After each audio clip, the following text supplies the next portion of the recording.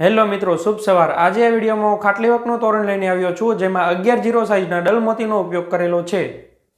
તમારે કોઈ પણ મોતી વર્કની આઇટમ બનાવવી હોય તો મોતી ખરીદવા માટે તમને એક નંબર આપું છું 8460403751, જે તમને આ વિડીયોના ડિસ્ક્રિપ્શન બોક્સમાં પણ જોવા મળશે।